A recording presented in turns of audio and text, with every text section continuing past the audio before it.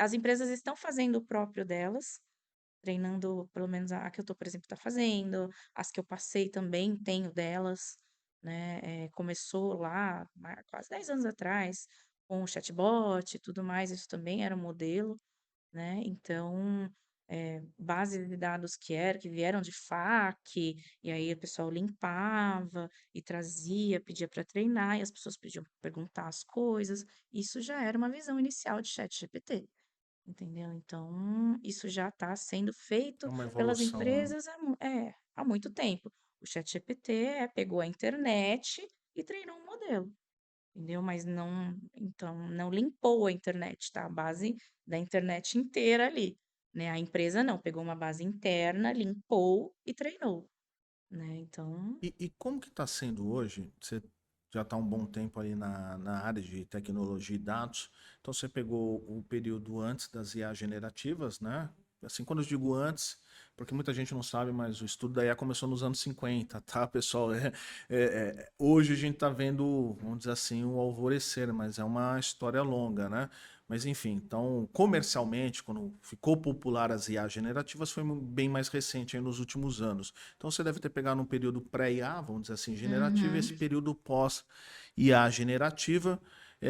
E o que muda na governança de dados agora com essas IA generativas, agentes de IA?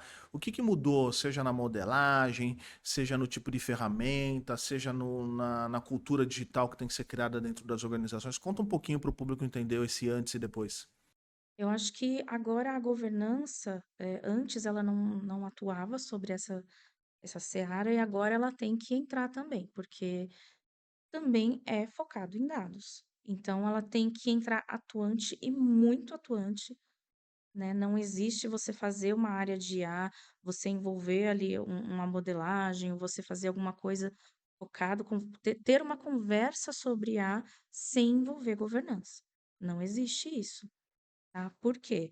Porque, primeiro, se você está fazendo dentro de uma empresa, você tem que trazer a governança para a gente poder fazer todo o mapeamento desse modelo para entender o escopo desse modelo, para entender os limites desse modelo, dessa IA, onde ela vai, o que ela vai atender, para entender os riscos, para entender quando ela vence, quando ela tem que ser reavaliada, qual é a qualidade dela, como ela vai ser treinada. Então, a governança de dados, ela tem, antes ela não atuava com relação a isso, agora ela tem que vir junto, totalmente junto. Não vamos falar de IA ou de data science, que vem junto e tal, sem falar em governança de dados vindo também. Tem que estar totalmente sinérgico, Integrado. integrado muito, muito integrado, né? O meu TCC do MBA foi sobre isso. O quanto tem que estar integrado a governança junto com o modelo, né? Porque senão ele vai ser enviesado, ele vai ter problema de qualidade. E o que que a gente vai fazer com relação a isso? Entendeu? Isso pode traçar, assim, decisões erradas, números errados, pode afetar a vida das pessoas que usam aquilo e das empresas que usam aquilo.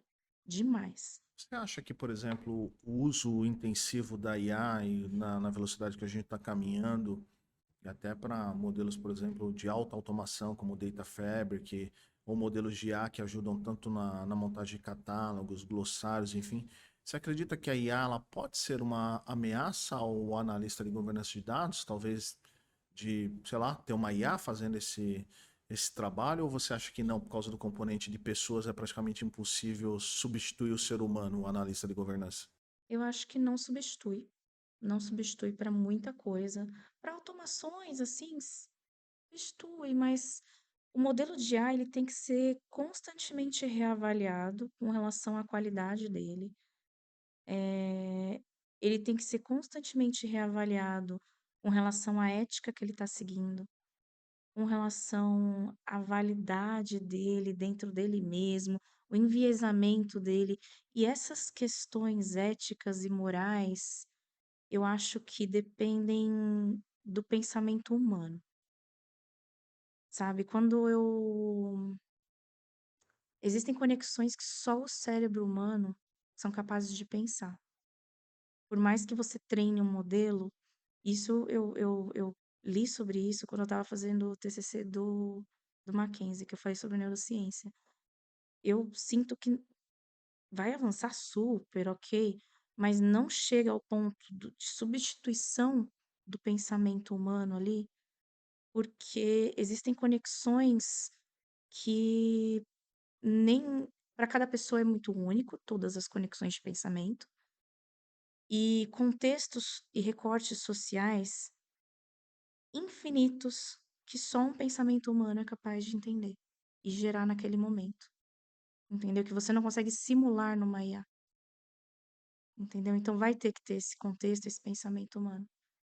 Então eu acho que não chega a substituir Vai ser o mais um profissional, aliado. é um Talvez aliado. tirar aquela parte de atividade mais chatas. É. E mesmo assim, por Por exemplo, exemplo, linhagem de dados. Hoje o pessoal está usando bastante linhagem, IA, já poupa bastante trabalho, né? sim, linhagem para Catálogo, né? fazer uma análise de impacto. Por enquanto eu vejo a ferramenta de catalogação. Tá super legal, ainda acho um pouco pobre o que Uhum. traz, porque eu sou verbose, eu gosto de escrever ali o que traz, como traz, porque traz, ainda para mim ainda não tá muito legal, mas Tá melhorando. tá melhorando.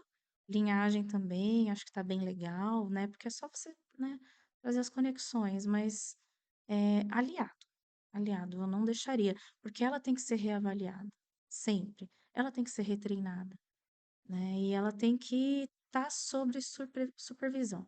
Tem que ser supervisionado. Deixa eu fazer uma pergunta que acho que talvez seja bastante interessante para quem trabalha com governança de dados, que é o Shadow IT. É aqueles sistemas que estão fora do radar, né? O cara vai lá, um setor compra um SaaS para fazer tal coisa, o outro tem um sisteminha que muitas vezes não estão dentro da arquitetura mapeada, né?